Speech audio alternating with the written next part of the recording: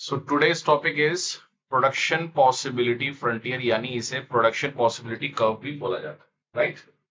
ये क्या शो करता है? ये इकोनॉमी की आपकी एक ऐसी सिचुएशन होती है जिसके अंदर आप टू गुड्स का ऐसा कॉम्बिनेशन बनाते हैं अपनी इकोनॉमी के अंदर, वेन एवर यू नीड आप उस कॉम्बिनेशन को यूज कर सकते हैं। Production possibility curve is a combination of two goods which can be possible by given technology and given resources, यानी दिए गए रिसोर्सेज और दी गई टेक्नोलॉजी के साथ आप उसके कैसे कैसे कॉम्बिनेशंस बनाते हैं, ये बेस्ट फॉर्म मानी जाती है प्रोडक्शन पॉसिबिलिटी कर्व की। अब एग्जांपल के लिए आप यहां देख सकते हैं कि आप देखते हैं आपकी economy consider and which can production corn and cotton. Example इसमें कॉर्न एंड कॉटन का ले रखा है, एक भुट्टा है और एक जो है रुई का एग्जांपल लिया है, which is both are important, ठीक है। पॉसिबिलिटी ए आपको क्या दिखा रही है कि कॉर्न की हमने जो इनपुट लगाया है वो 0 यूनिट है, कॉटन का हमारे पास जो यूनिट है हमने पूरा उसमें लगाया, यानी कि सारी यूनिट हमने कॉटन में लगा दी है, उसमें कॉर्न में नहीं लगाई है। अब इसकी एक यूनिट जो है वो हमने यहां यूज कर ली, तो यानी एक यूनिट कम हो गई इसकी। फिर इससे हमने 2 यूनिट यहां पे ले ली, 2 यूनिट कम हो गई। फिर इससे 3 यूनिट्स हमने इधर ले ली ट्रांसफर, क्योंकि हमारे पास गिवन रिसोर्सेज है। अपना दिमाग इसमें फोकस करेगा, आपके पास गिवन रिसोर्सेज हैं, आप एक्स्ट्रा नहीं लगा सकते कि भाई हाँ ये 7 का 7 रहे और ये भी 3 4 5 बढ़ता जाए, ये भी 7 हो जाए। आपके पास टोटल जो यूनिट्स हैं जो कॉम्बिनेशन में वो 10 ही है। अब 10 को आपने एक में इधर ले लिया तो इधर बच गया 9, इधर ले लिया 2, इधर बच गया 7, दिख रहा होगा आपको, ठीक है। तो अब कॉम्बिनेशन डी में क्या है कि 4 यूनिट्स थी, 4 इधर ले लिया, अब इधर बच गया 0, यानी अब आपके पास कितनी कॉम्बिनेशंस हैं? 1 2 3 4 5। अब आपकी गवर्नमेंट, चाहे वो स्टेट गवर्नमेंट हो या सेंट्रल गवर्नमेंट हो, वो यूज कर सकती है कोई भी कॉम्बिनेशन यूज कर सकती। Okay, is it clear?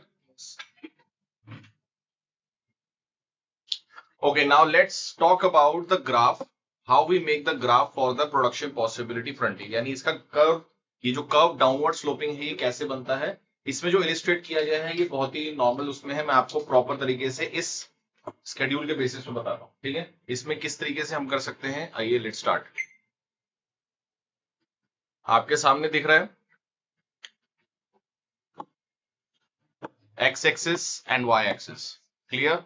1 2 3 4 5 6, 1 2 3 4 5 6, ठीक है। अब इसमें अलग अलग कॉम्बिनेशंस आपको दिखानी है। अगर हम देखते हैं जो फर्स्ट पॉसिबिलिटी है ए, यानी कि कॉन 0 है। अब ये कौन है, ये वाली साइड को हम कॉन कर देंगे, ये वाली साइड को हम कॉटन शो करेंगे। Is it clear? ठीक है, देखिए कॉन 0 है, कॉन जो है वो अपना 0 पे है, और सॉरी हमें और बनाना पड़ेगा बिकॉज यहां एक्सटेंड करना पड़ेगा इसको,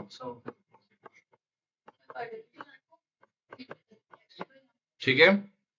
ये 0 है और ये क्या है यहाँ पर 10, तो पहला पॉइंट आ गया, ये कॉम्बिनेशन ए है, ठीक है। दूसरा है 1 और 9, यानी कि आप देखेंगे यहाँ कॉन 1 है और इसके सामने 9 पर मैंने यहाँ पे बनाया है, ये है बी कॉम्बिनेशन, ठीक है। नीचे ये आ गया 3 सॉरी 2, और 2 के साथ है 7, 2 के साथ है 7, यहां देख सकते हैं 2 और 7 के सामने में आपने पॉइंट बनाना है, this is the combination C. Point third आपको शो कर रहा है कॉन 3 है और ये कितना है 7, sorry 4 3 2 4, this here combination D, now 0 to 4, अब ये वाला 0 है और इसका कॉन का 4 है, this is combination E।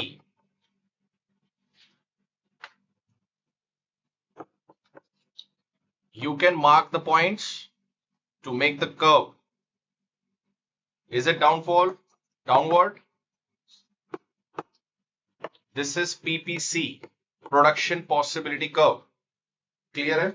Schedule आपको पहले बता दिया था, combination गिवन रिसोर्सेज और गिवन टेक्नोलॉजी से बनाया जाता है। टाइमली उसको किस कॉम्बिनेशन को कब यूज करना है, that is up to you. ये इकोनॉमिक्स बताते हैं, हर अपने अपनी इकोनॉमी के सिचुएशन के हिसाब से बनाई जाती है। अब इसी में मैं आपको एक चीज बता देता हूं आगे, what is opportunity cost. Opportunity cost क्या होता है, अगर आप ध्यान से देखते हैं, it is the next best alternative for gone. इसकी 1 मार्क्स की जो डिफाइन है, इसकी छोटी सी डिफाइन है।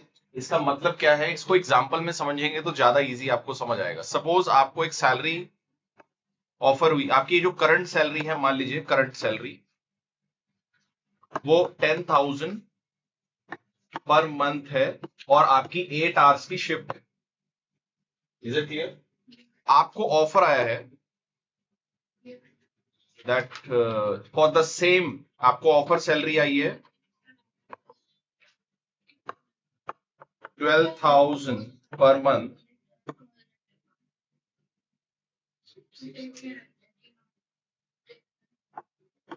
ठीक है, फॉर द सेम आवर्स। और एक ऑफर और आया आपको, ऑप्शन है 15,000 per month for 8 hours working. भाई 8 आवर वर्किंग तीनों में है, अब आप क्या चूज करेंगे? अगर आप स्मार्ट है, मतलब आप कितने ही बेवकूफ भी होगे तब भी आप यही वाला ऑप्शन को चूज करेंगे ना, सैलरी को। तो आपके लिए अपॉर्चुनिटी कॉस्ट क्या हुई? जो जॉब आप छोड़ के आ रहे हो वो, या जो लास्ट ऑप्शन आपने छोड़ा है वो? This one, the second one would be the opportunity cost for you, क्योंकि ऑल्टरनेटिव फॉर गॉन, जो ऑल्टरनेट में था उसको छोड़ के जब आप आगे आए हो, that would be your opportunity cost. तो हर इकोनॉमिक्स अपनी अपॉर्चुनिटी कॉस्ट को कंसीडर करता है ताकि वो वैल्यूएशन लगाए कि भाई मैं पहले से आगे कितना आ गया है। अपॉर्चुनिटी कॉस्ट इसलिए इंपॉर्टेंट होती है। Is it clear to you? So what is marginal rate of transformation? It always represent you the rate at which one good must be sacrificed.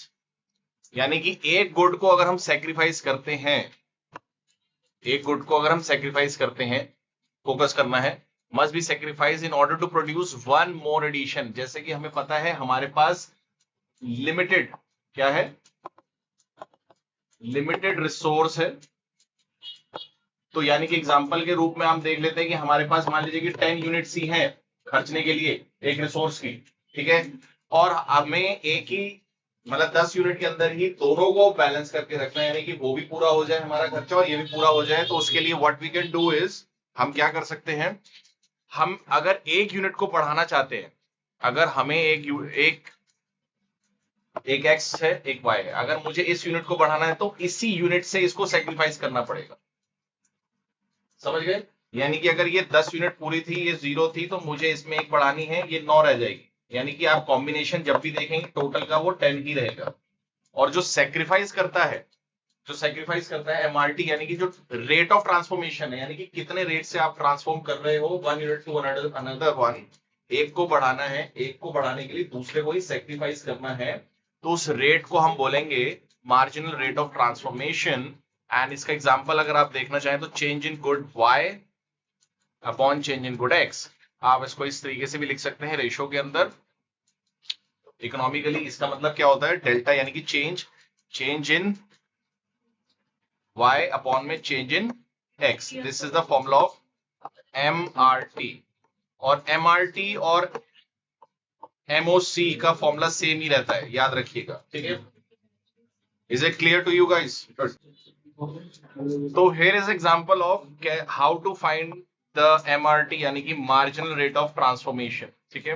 You have given this data, आपके सामने combination 1 में 21 unit cons में डाली हैं, एक unit आपने इधर रखी है कॉटन में। अब आपने देखना है कि आपने यहाँ पर एक बढ़ाई, सॉरी यहाँ पे 2 बढ़ाई है, यहाँ 2 माइनस, 3 बढ़ाई है, 3 4 बढ़ाई, मतलब आप सेक्रीफाइस एक से इसमें ही कर रहे हैं। यानी अगर आप किसी एक को बढ़ाते हैं, जैसे मुझे इसको बढ़ाना है, तो मेरा सेक्रीफाइस इसी में से होगा, जिसके पास ज्यादा यूनिट है उसी में से सेक्रीफाइस करेंगे। ये वैल्यू दी होंगी हमको, you have to learn it. आपको कई वैल्यूज दी होंगी और कई वैल्यूज नहीं भी दी होगी। स्केड्यूल आपको खुद बनाना है, तो you can make it easy. Simple combination or your product name and your MRT ratio जो भी निकलेगी।